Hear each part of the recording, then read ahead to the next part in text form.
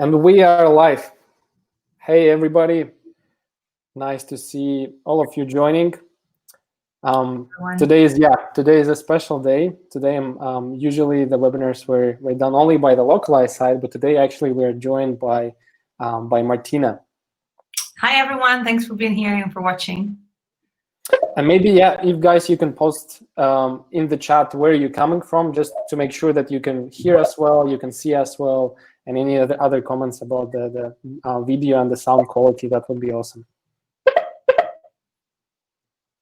So some people from Switzerland, Albania, Madrid, Greece, Spain, US as well. Yeah, nice to see folks joining from all around the world. So we are going to start in just like in a couple of minutes. We want to wait for everybody to kind of join and settle in. And just to remind you of some kind of ground rules of the webinar. So basically on the right-hand side, you already figured it out. You can see your chat where you can post any, where you can chat and post any messages. And then also on the right-hand side, you will see some tabs at the top. So there is a tab for questions. If you have any questions during the webinar, feel free to post them in the questions tab. And then we will have a dedicated Q&A at the end of the session. So we'll be happy to pick them all up. And both Martina will be happy to answer them, as well as if you have any questions for Lokalise side, we'll be happy to address them as well. And we are also today joined by Emils, a colleague of mine, who will help us to kind of moderate and monitor the chat and the questions coming our way as well. So I think that most of the people have joined. We have more than 100 people already. And before we actually start, the last thing that I want you guys to do is to participate in a poll. So we want to hear from you, basically, what is your experience in the localization industry? So how long are you working in the localization industry, in order to understand the maturity of the people joining this webinar?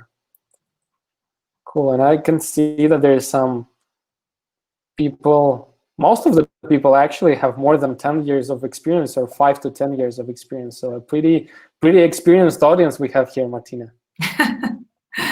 Amazing. I see a few, just looking at the names popping up in the chat, I see a few known names, not faces, but hi, guys.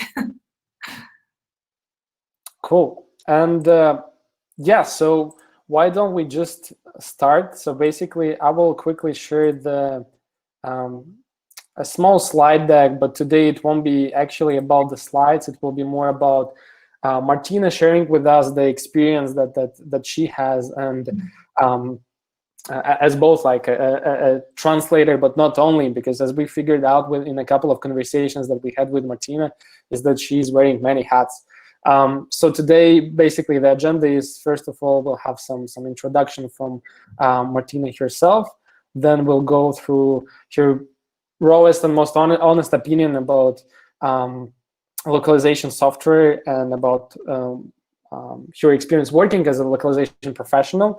And she actually also prepared the research and that basically gathers data from more than 700 people who have participated in this research. So Martina will be sharing this with us today.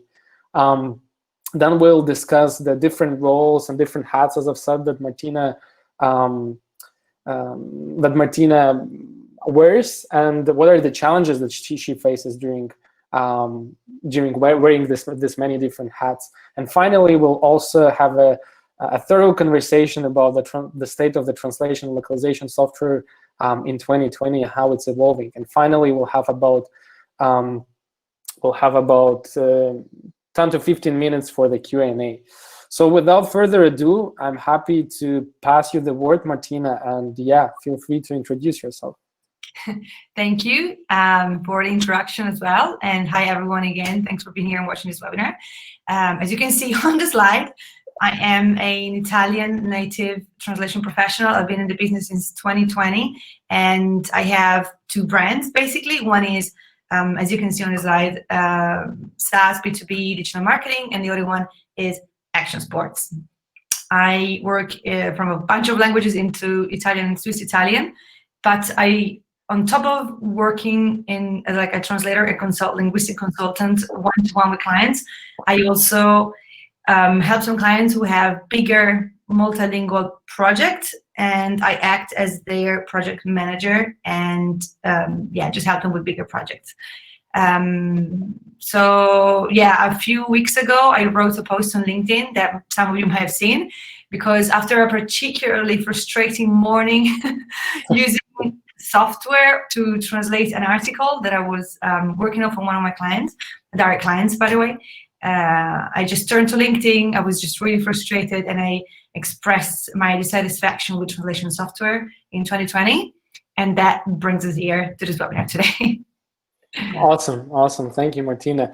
And as we've kind of highlighted today already, so you actually you wear many hats. So you're a translator, you're a business owner. In our private conversation, you also mentioned that basically you're wearing a marketeer hat, a trans creator hat, a project manager hat. So why don't you tell us about the different hats that you are wearing and your experience in occupying different roles?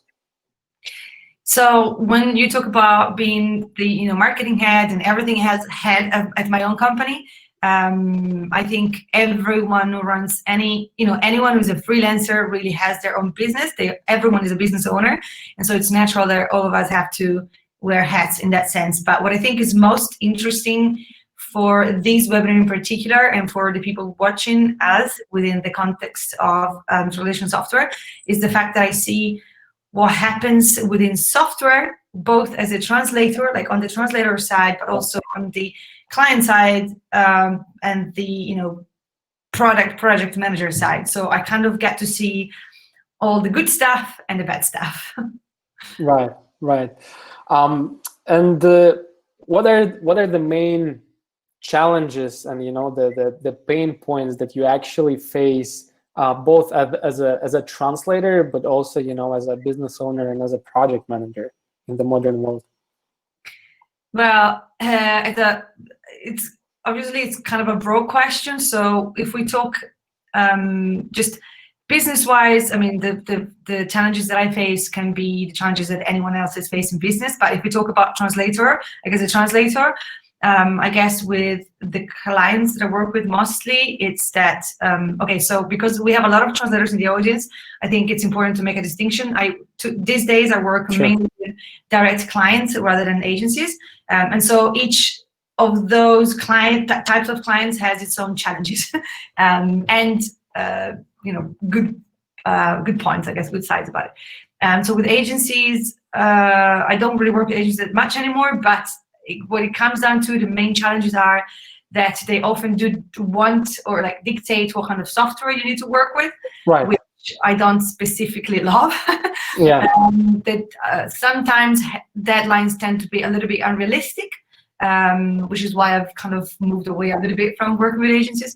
And so that's, I guess, the main point. And when it comes to direct clients, for me, I guess sometimes within the company, unless there is somebody who's specialized in localization. So when we're talking about like a big company, they have a localization program manager, then sometimes it's a bit hard to integrate like localization a bit more seamlessly within the company. So sometimes there is a lack of context. Right. And there is a lack of understanding in general how some things might work. So for example, just to give you a super short example, to make it more concrete and practical, I work with a couple of companies who don't they sometimes send me, because I work with marketing content, right? And that also includes video content.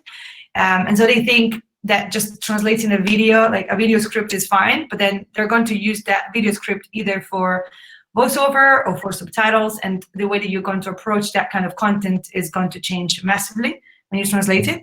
But they don't know that, and so sometimes it's kind of hard to get to understand that we need to have use different tools and just approach it differently. Yeah, that's one of the points that you mentioned, which I find pretty interesting, is you said that as I understood, at the moment you have more kind of direct clients that you work with. You don't work that much, with the agencies. And what you mentioned here is kind of one of the advantages of having more direct clients is that you can actually choose what are the tools that you work with. And for me, it's actually interesting because I'm not coming, from the world of translators and LSPs and stuff. So I'm curious to know, earlier in your career, did you work more with the LSPs, and how did you feel when you have been asked to maybe perhaps use some of the tools that that LSPs were using? Yeah, I mean, I specifically, when I started out, but I think people in the chat can confirm, when you start out, most of the time you tend to go after agencies, because I mean, you're just inexperienced, you don't really know what you're doing, and so you just start sending CVs to all the agencies you can find. And so after a while, what happens is that you start working, like your main clients become agencies, and obviously with agencies, every agency has their own processes, and they usually use a specific tool, and they want you to work within that tool.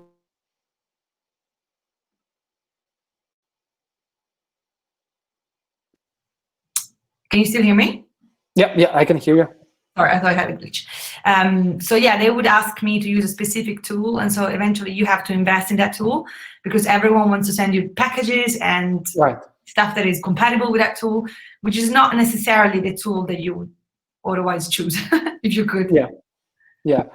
And now, since you have more kind of direct clients that you have, and given that you have more freedom to choose the tools that you work with, I'm also curious to know. So you actually have different clients, and as you said, you're involved in localizing the product, like software products, and but also the marketing content. So do you see any kind of difference in terms of your approach to work when you're localizing the software products versus the marketing copy? Yes. So to start with, when you work to localize a user interface, it's a little bit, it's a very specific type of work, and so it's good to be able to do that on a technical level as well. And so that's why it's great to have products like, and I'm not saying that just because we're on a Lokalise webinar, but it is great to work with products like solutions like Lokalise and Crowdin and all those, the solutions that are made on purpose for this type of work. So when I was lucky enough that one of my clients recently, for example, they wanted to localize their app, and they actually did their own research, and they came to me and they said, we can use an Excel now. And I was like, no. Going forward, not do that. But going forward, it's going to be really time consuming if we have to go and manually update everything. So we would rather go and look into these solutions. And I was like, perfect, let's look into it. And so I actually recommend localizing this particular example. Because then, also for me specifically, when I go onto the interface, I have screenshots. And when we did, and then, for example, when we go to test the app before it actually goes public, I had to change a ton of stuff because sometimes the visual reference wasn't there. And just depending on exactly where the copy appears, you will want to change it and to make sure that it's, it reads native within that interface. So that's definitely the kind of tool that I would use when I'm localizing user interfaces. And then when I'm actually working on, I do a lot of translation of marketing content, online marketing content, and collaterals, which include a lot of blog posts and articles and stuff like that. And so in that case, actually, my clients usually give me just a Google Doc. I download it, and then I use some tools on my end. Specifically, right now I'm using Crowdin, for example, because I like the fact that you have an in-context preview on one side as you translate, so you actually get to see basically the final result as you translate, and that's a huge, massive difference with with the quality of my work. Yeah. But also, sorry, with the same clients Yeah, that yeah, go ahead. translate the app, where basically I was doing the translation, but also I was managing a few more languages.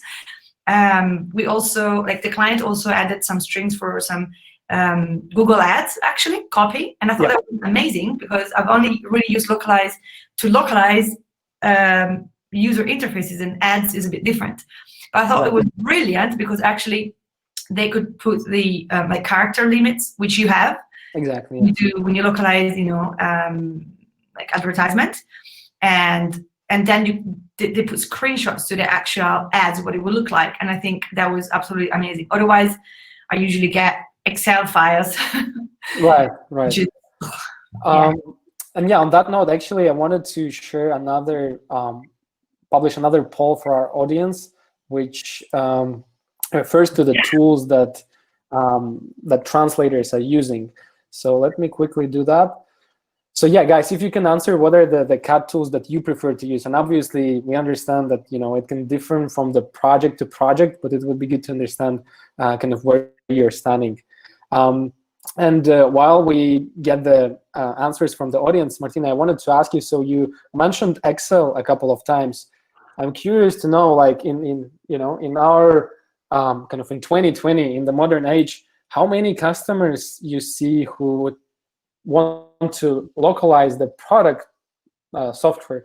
How often do you see clients going to you and actually asking to, like, sending the Excel files and trying to work in that way? a few. Well, luckily not many when it comes to, because I tend to work with bigger companies, so they usually have some sort of you know, they usually have like bigger needs and requirements, so it's not that easy for them to actually work within Excel. But I'm pretty sure that like smaller companies, they definitely still try to operate on Excel or documents like that. I do have one client, for example, that I can think of right off the bat. I mean, I have a couple of clients who sent me marketing stuff on Excel. But then I have one client specifically, we localize user interface. I actually do one-to-one translation for them. And I did once I did try to tell them, why don't we try to switch to, you know, something like a local, an online tool that can help us get this done easier and quicker, and have all our glossary and terminology and blah, blah, blah, pulling up so we don't have to go back. But what I see is that some companies, when they don't have, as I mentioned earlier, somebody who is like a figure who is specialized in localization itself within the company, then for them it's a real, and also if they don't have that huge of a requirement, then for them it's a big effort in time, in terms of investment, like in money and time. So yeah, but the bigger companies, they do tend to at least, you know, want to make that's something that we are seeing as well here in Lokalise. So in the very beginning, when we've been just starting out, so most of the you know, prospects that we had, they've been coming from like they didn't have any tools. So they've been working with some Excels, or they didn't have anything at all, and so they were just looking for some solutions to plug in to their, you know, to their software development lifecycle and basically localize efficiently the labels of their product. But now, once we kind of get customers also from a more mature customers, we tend to see those who are relying on the Excel less. And one interesting thing that you also pointed out before is translating and localizing the marketing ads, right? So like a Google ads and stuff. And I was wondering, so you said that you've been using Lokalise for that specific purpose, right? Yeah, I mean, it just happened. So I've actually been using Lokalise to localize apps and user interfaces. But one of my clients added to the project, like added another project within his project. And that project in particular was about localizing Google ads. And I thought it was really cool because you actually get, you know, the screenshot next to the string, and then it's just easy to make that work within its own visual context, and have an idea, and also be able to know when you're exceeding characters. Just nice, easy, intuitive, and just, you know, pleasant to work with interface. Right. Because like actually recently we've also had a couple of requests coming from the customers who wanted to do the same, basically, who already localized their product but also wanted to upload the marketing ads. And we just released the feature, like, to be able to update the character limits in bulk, because that was exactly the use case for the marketing people. All right, so I think we got quite a few answers for our poll, and it seems like there's no outlier here. So quite a few people use SDL, Trados, memoQ, Lokalise, and memsource, and then Crowdin, SmartCat, and a couple of others are lagging a bit behind. So speaking about this poll results, does anything surprise you, Martina?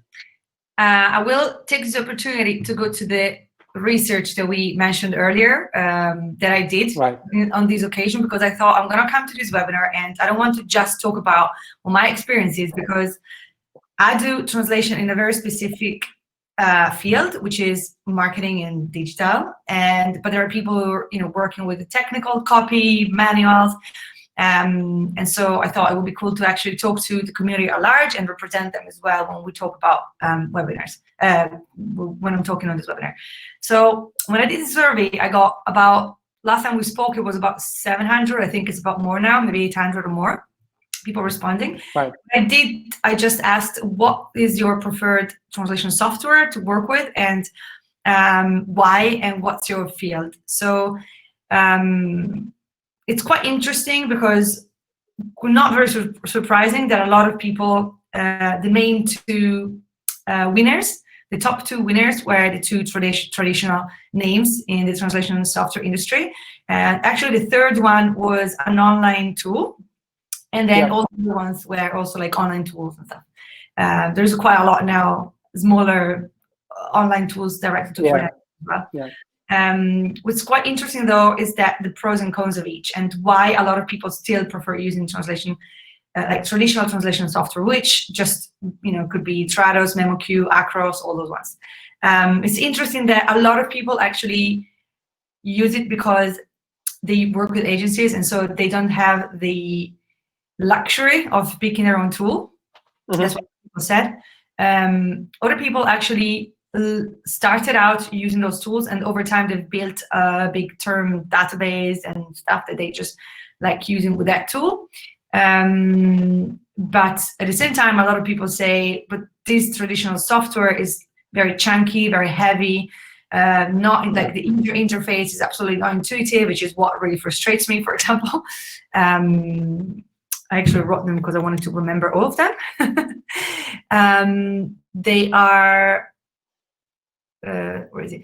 Yeah, so they're only really compatible with one operation system, which is absolutely true. I can't believe it in 2020, and that's a big thing for me. In 2020, these big tools that all these agencies require are only compatible with mostly Windows, basically.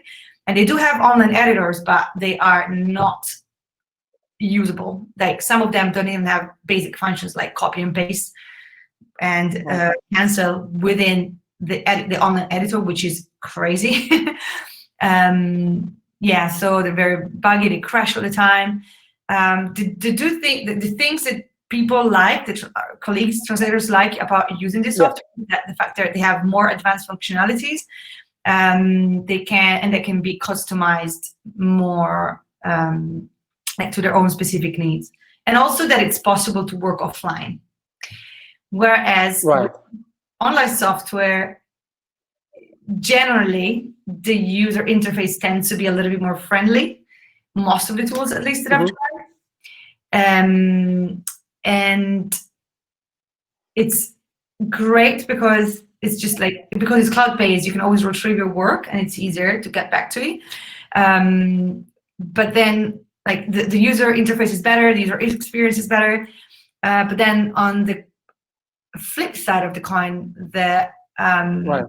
because you can only work online, then you cannot work offline, which is a problem. I mean, obviously, a lot of us have an internet connection at all times, but if for whatever reason you want to work offline, you cannot do that. And that's a big setback for a lot of people, me included, by the way. Yeah. And actually, maybe here I can take the opportunity to ask a follow-up question, because we also see, some translators who are working either directly with the customers or through the agencies, that they prefer to take some chunk of the work, like, and then translate it offline.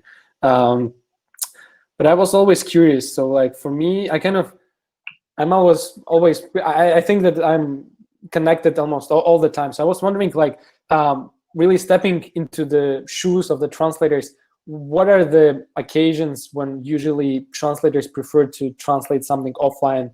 And yeah, maybe you can elaborate from that point of view, because it would be really interesting for me to know. Well, again, I guess it depends a lot on what kind of work you do as a translator. And yeah, sure, yeah. Like, for example, for me, I mean, obviously I also do use internet because I need to do a lot of research anytime that I work.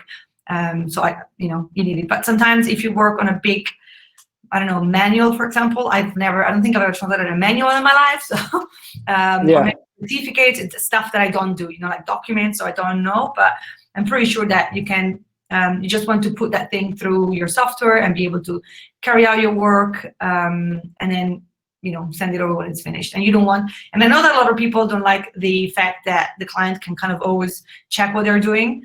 To me, I mean, I would never have a problem with that, because I know that, my clients trust me. Right, yeah.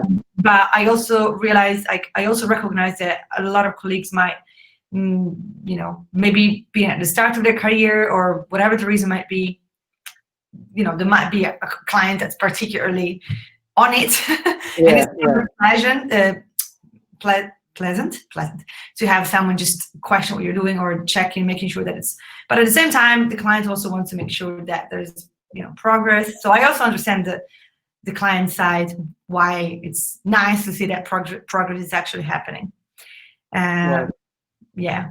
And you mentioned kind of a couple of kind of pros and cons of using more traditional tools, and I'm curious to know, so kind of, since it's obvious, there may be some type of the content that is even easier to translate with the more traditional solutions, and then there's other type of the content that is more easier to translate and localize in other tools. So speaking about yourself, given that you are more focused on the product localization and also the marketing copy localization, so what are actually the tools that you use on the daily basis? And maybe depending on the project, again, you pick the different tools because they just serve the need better for that particular project. Well, I also, when I work, because I do work with big companies, so they generally have a tool, like preferred tool. And so what I've been using is Lokalise, Phrase for a client lately, which is kind of a similar, I guess, competitor of yours. Then there is this couple of agencies that I work with that use also an online tool, but I don't want to bad mouth anyone. So, but yeah, there is a couple of online tools that are really not developed with the translator in mind. Right. So just, even if it's an online tool, doesn't mean that it's perfect. Sure. Some of them are just terrible user interfaces. But the ones that I can mention, because I do like them, are Lokalise. I've liked using Phrase as well. I do use Crowding on my own because I have got the individual license for so I can use that. And also, that's another thing that I think is interesting, is that I think a lot of people would switch to online tools, but some of them, like you, for example, Lokalise, you do have licenses, but they are aimed at teams and companies and developers rather than the single translator. So that's also the reason why I use, for example, Crowding. If you did have a single individual plan, I would probably use it as well, depending on the project. So those are the three tools that I do use mostly. I don't really use the traditional software unless I am really forced, because I've had a very frustrating experience with it. I mainly use it to translate articles and marketing and informational material for a couple of clients, because they decided to switch to that tool internally. But it just constantly crashes. I always end up wasting hours and hours and hours and hours at a time, which honestly has never happened to me with Lokalise or Crowding, for example. Yeah. So, yeah, those are my two preferred tools. And That's if I could develop my own unicorn translation software, which I understand that also it varies based on what we work on. So for me, specifically for my case, but I think a lot of people do agree with me, will agree with me. It would have the user interface of something like Lokalise or crowding, which is just modern and just developed for the, the modern needs of the modern translator in 2020. Or anyone that really wants to be able to preserve their eyesight at the end of the day, and not get really frustrated with everything. So a good user interface, a good, obviously, privacy, I don't know how to say, making sure that your data is going to stay confidential, because I know that's a big thing for a lot of people who work, especially with, legal contracts and stuff. And the ability, obviously, some of the advanced functionalities and the ability, though, to also work offline in your preferred operation system. Yeah, makes sense. And it's a great feedback that you shared, Martina, because, for example, like us in Lokalise, I think there was some perception at some point in time that we are coming from the development world, really, so of software localization, and even though translator needs were also always taken into account, and definitely that's an integral part of any localization process, but we have this weird perception that translators sometimes might not want to work in Lokalise because they're used to some other tools, more traditional tools. And speaking about these perceptions of the change and how easy it is to change for some people, I'm curious to hear your opinion on actually the agencies, the LSPs. So why do you think, even for the product localization or for marketing copy localization, they still tend to stick to the more traditional tools on the market rather than going to the likes of Lokalise, Crowdin, Phrase, and other online solutions available? So I have a couple of agencies that I work with that they do actually diversify their tool based on the type of project that they work with and the type of client. So that's great. But I think a lot of agencies don't really specialize in stuff in a vertical specifically. There's a lot of, it does legal, marketing, and this and that. And so you can't, as an agency, I don't think, I don't know, unless you have a budget of millions. Obviously, I'm just, but I don't know how you can possibly have all those tools. So I think the most versatile in terms of text, being able to elaborate, process text is usually the traditional tool. And also, I don't know, it's just a standard. And I think anyone in any industry, in any, in any setting is usually more resilient to change. So, and I think that one of the things that you can do is to try and also start from the people who make localization possible in the first place. So I know that you, for example, you target clients and in teams specifically, but if you actually help translators get acquainted with your product, I think, and start from the bottom, so to speak. Yeah. I think, going forward, it's just going to be easier as well for that change to happen. And at least work toward a more, I don't know, user-friendly future for translation software.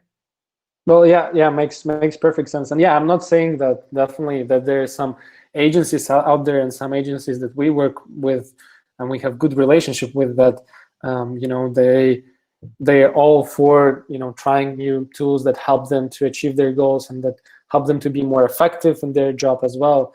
But it's an interesting, it's an interesting kind of concept that we have, and I think that overall, speaking about the experience also that we have had by speaking with some agencies, is that they usually tend to prefer kind of a more traditional solutions, whereas customers on the other side that they work with might come, for example, to us and might want to use our tool for specific needs, and then it's kind of the persuasion starts of like LSP of actually onboarding them on the tool that we have. You know what? Like, obviously, I don't work with a lot of agencies, and I don't have a big agencies myself. But I also have a feeling that when you work with a tool like Lokalise or Trados, I feel like maybe they could also fear a little bit of losing control over the whole process, because then that's just my idea perception of it. Like, you also get, you put the translator and the client a little bit more together, and you, I don't know, streamline the process a little bit more. Right. That's my perception of it. Because as long as you have the project managers being the only point of contact between the, I don't know, the client and the translator and the final work, then that's, I guess, your added value as well. Sure. Whereas when you start introducing something that streamlines the process and kind of takes some of that work out, then I guess that could also be. But also, why? So for those who don't know me, I don't have an agencies, but I do work with some clients, as I said at the beginning, as a one-stop shop kind of thing, where I do manage bigger projects with multiple languages, and so a lot of big companies have come to me, because now the big companies, the end clients, are realizing that the quality control is really hard between the actual translator, because they never know who actually is working on their content, on their copy, and and in the agency, because a lot of the time there's also one agency, and one agency on top, and one agency between the actual translator is, I don't know, 5 agencies. It's really hard to have that kind of quality control, and so I think that using tools like these can actually help as well in that regard. Yeah, like a very big supply chain in a sense, so a lot of different stakeholders involved. Yeah, that's very interesting. And speaking about the localization software, so we spoke about the state of the localization software in 2020, and you shared some insights about traditional tools, about some online tools available on the market. I'm curious to hear your opinion about the future. So what's awaiting us in 3-5 years' time? What do you think, where the localization software is evolving, and what we will see in a couple of years' time? That's a good question, but I think I will have to ask you that question, because you're actually the people developing the software. So what I can say is, I'm just hoping that more companies start including more of our needs, and not just the project manager needs and just the the stakeholder needs, and give us the tools to do our job in the best way that we can. And that means giving us a better user interface, giving us software that actually is compatible with not just Windows, basically. Or you do make a web version of it, just just the basic function should be should function. So just basically talk to the translators more. And I think it's just going to be more integrations, and now that there's a lot of stuff happening on the integration side as well. So I think it's just going to be evolving more, and I don't know, I think it's exciting. We'll see what happens. I guess we will talk to you about that. Yeah, absolutely. But I think people like us, for example, we are relying on the feedback again of the people like yourself included. And I think a couple of points that you brought up today on the webinar, but also some of the points that we discussed in the private conversations, they all make sense. And it seems like there's so many different stakeholders involved in the whole localization process, and it all depends again on the companies, on the kind of project types, on the content types, and also on how is the whole localization process structured, who is involved. Is it like, for example, you are working directly with the clients, or there are like 5 agencies involved, and so the needs of all of this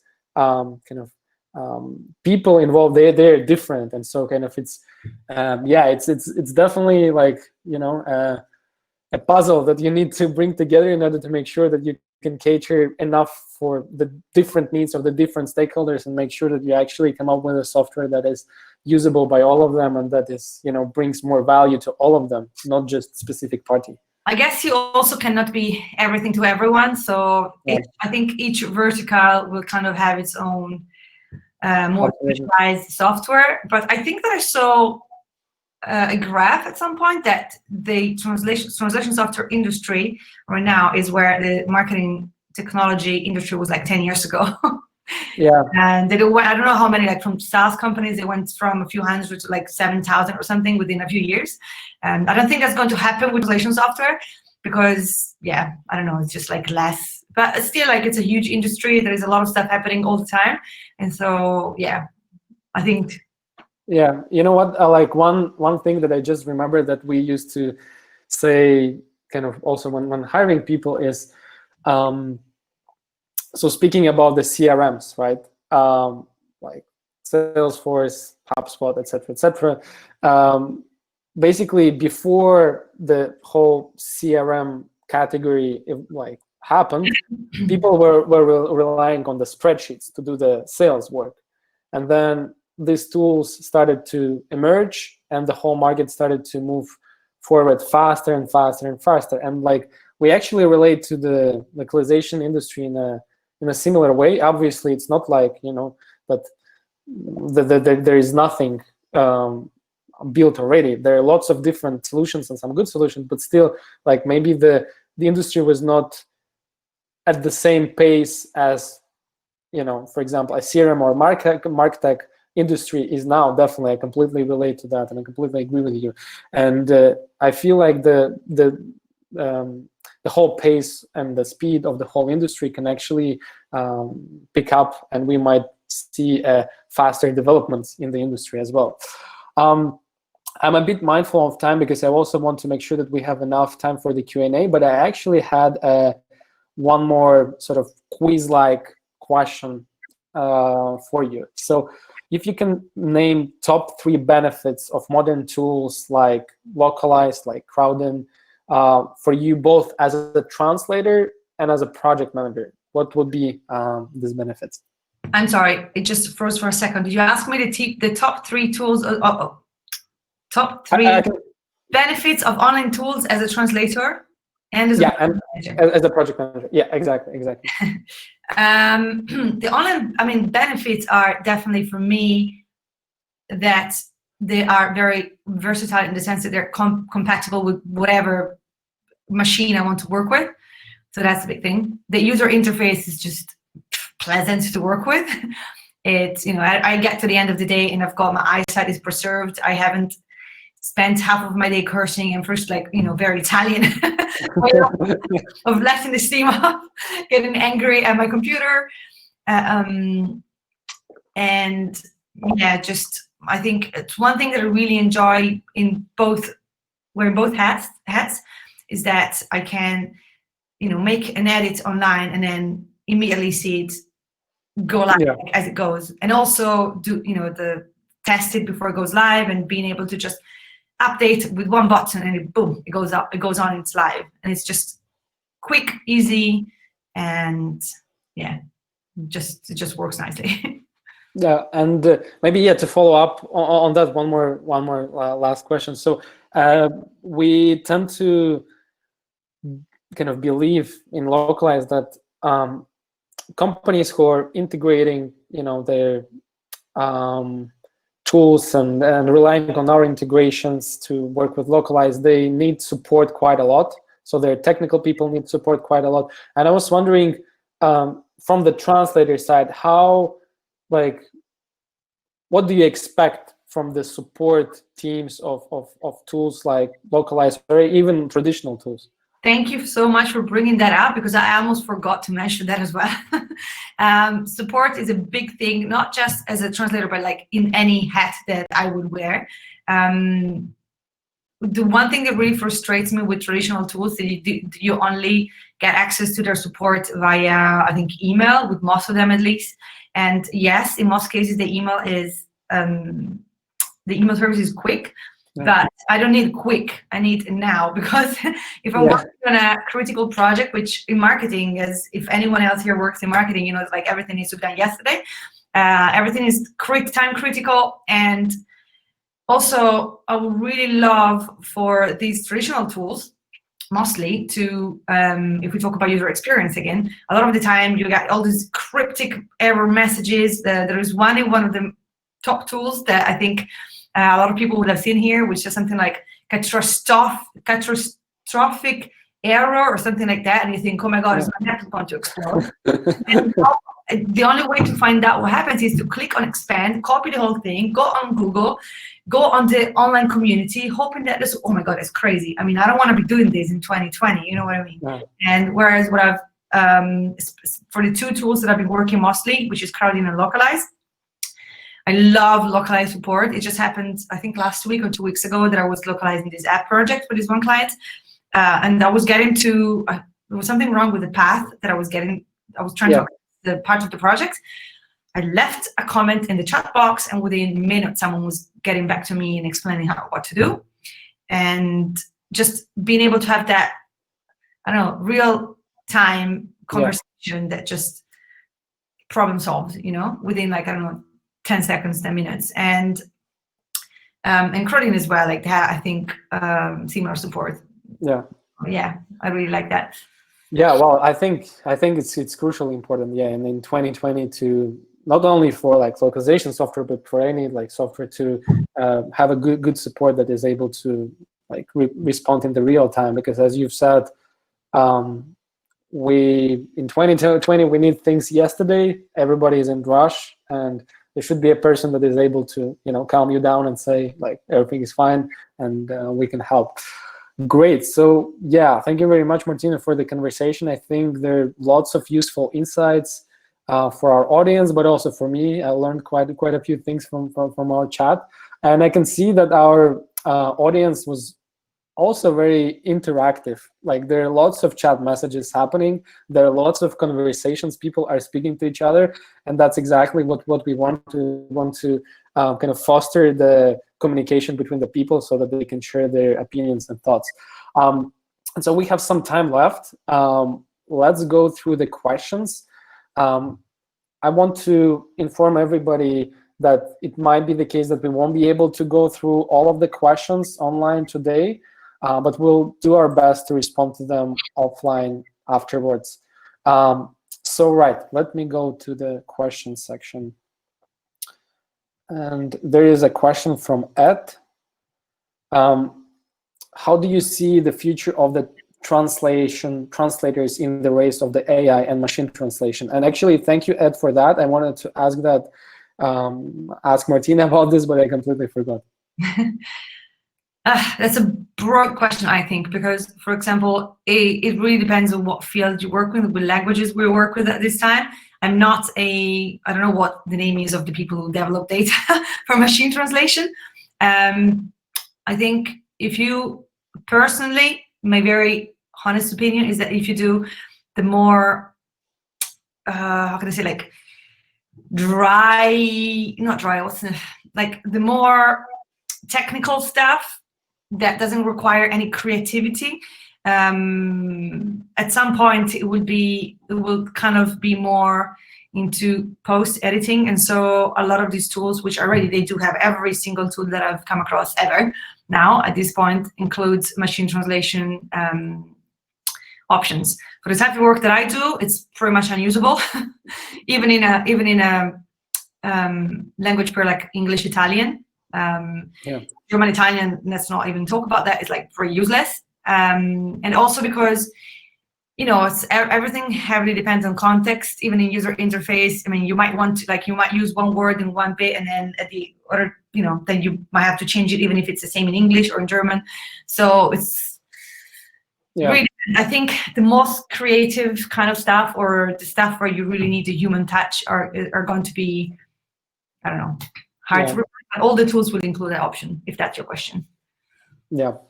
Well, actually, I think, you touched on a very good point. So there may be some content that is easier to translate using the machine translations, and obviously there are some kind of domain-trained MT engines that are able to learn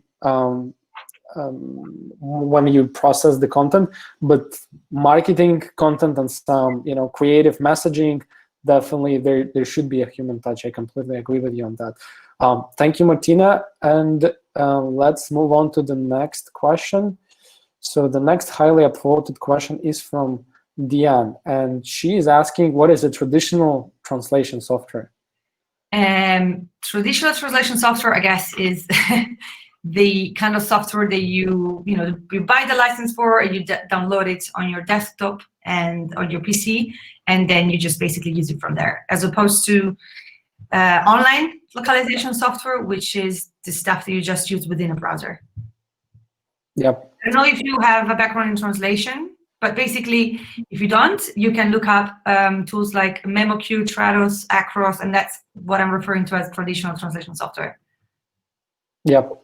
Well, I have nothing to add here. Let's go to the next one from Sergio. Sergio is asking, what do you consider is the best part of being a translator and the worst part? Actually, I'm also curious to know that.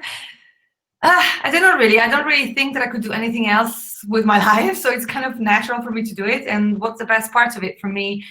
I don't know. It's just helping.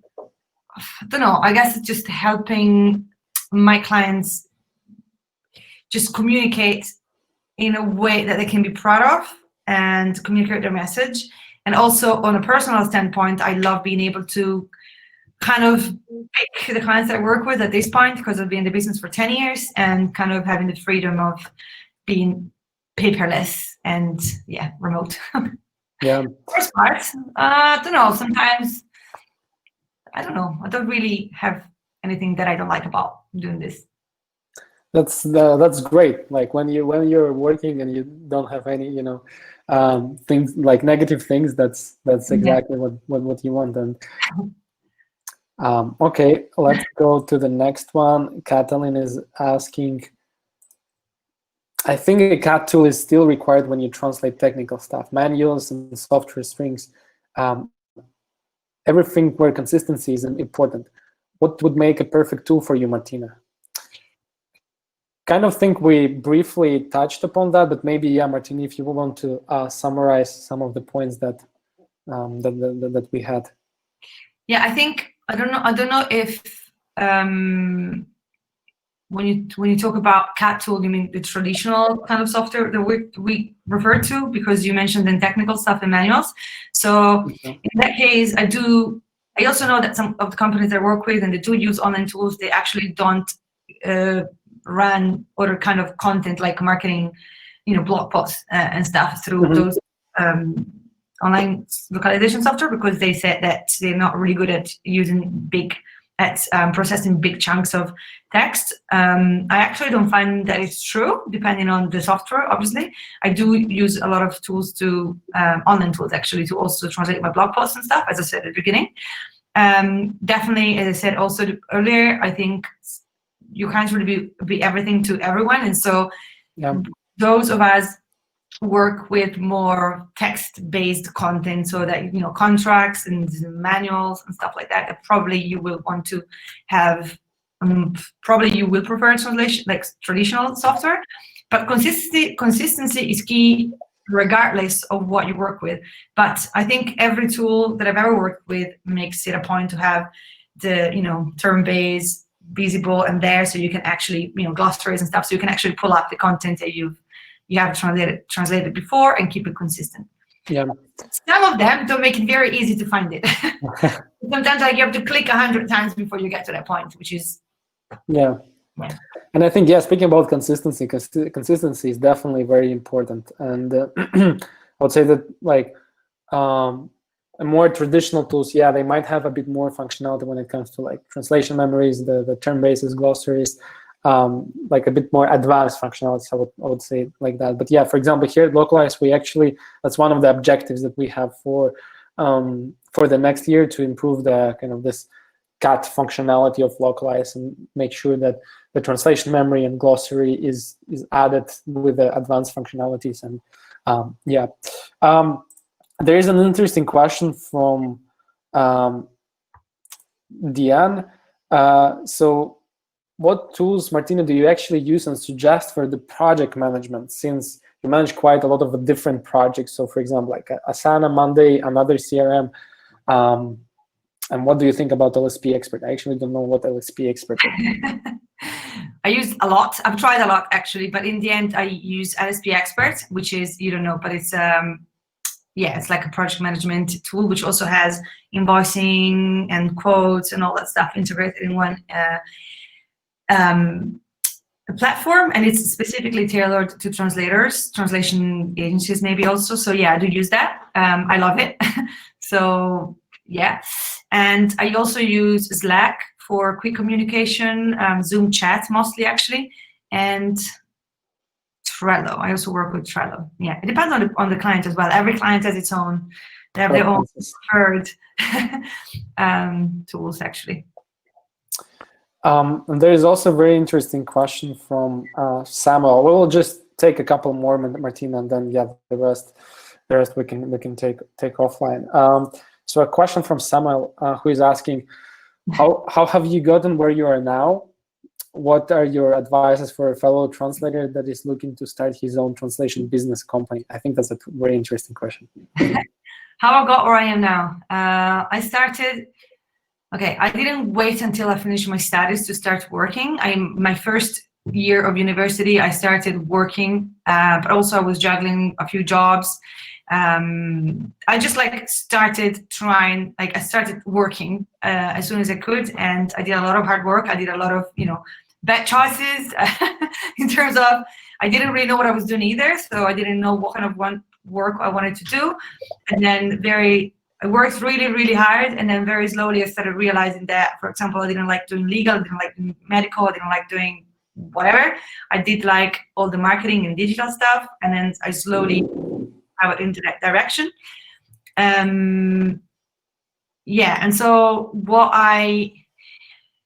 advice I have for somebody who's trying to start? First of all, I invite you to stalk me on LinkedIn, because I published a few articles about starting out as a translator. I didn't have the time to actually finish them because I had too much stuff to do, but I will. So go in and check those articles where I wrote a lot of stuff about that specifically. But what I do, it's a lot of stuff to talk about in 3 seconds, but just work. You are lucky, we are lucky, we live in the Google era, in Google age, where we have so much information at our fingertips, and there's no, you can just go online, find all the information that you need. So go on, study, do a lot of research, and then just do it. You're gonna make wrong choices, bad choices, but eventually, if you stick to it, and that's something that you really want to do, then you will be okay. I love it. And let's take the final question from Vanessa. This was upvoted the most. I think we kind of also discussed that during the whole webinar, but maybe to just summarize, what are the biggest pain points of the current TMS and CAT tools on the market, and what are the new standards that you would propose, Martina? Okay, so I think we kind of talked about this earlier, but to recap, I would say, to me specifically, and I think to a lot of people, the biggest pain points really is the user interface, and the fact that most of these tools are not, the traditional tools are not compatible with anything but one operating system, which in 2020 is crazy. Really, really buggy, really heavy, really chunky. A lot of the time they're not what's the word for that in English? They're not very responsive either. So it's just they're slow as well. You click on something, it takes, and I've got a top spec machine, so it's not that my laptop is slow. Just you click on something, it takes a couple of seconds for it to work. So yeah, that's for me my biggest pain points. And I'm going to look at the concept I wrote here. Yeah, it's pretty much what I've gathered from my survey. And the standards that I propose, as I said earlier, if I could create my own unicorn software, it would be versatile and compatible with more than one operational systems. It would be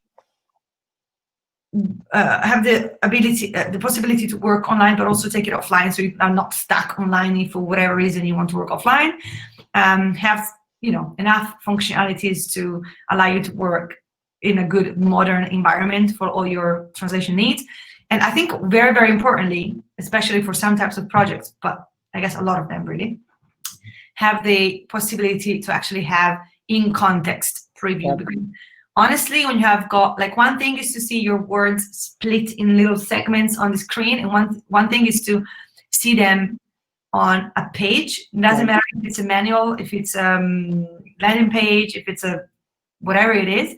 The way that your words will play together on the document is just different from the way that they are split in segments. So I think in context preview is just extremely important.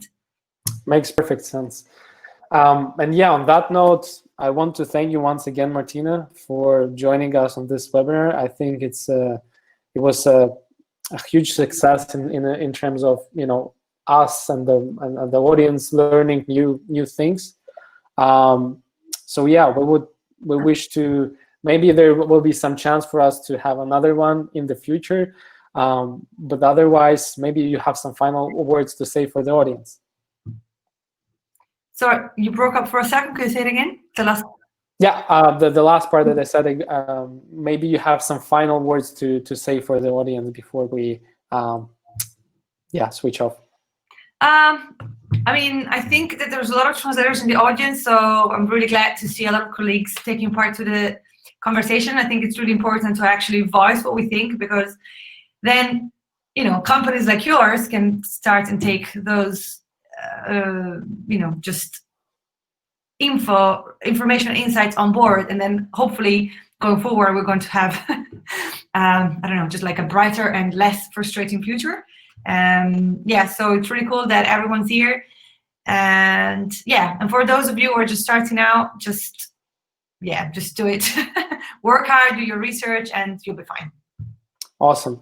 Thank you very much, Martina, and thank you everybody who joined us on this webinar. I wish you all a great evening and see you in the future. Thank you. Bye.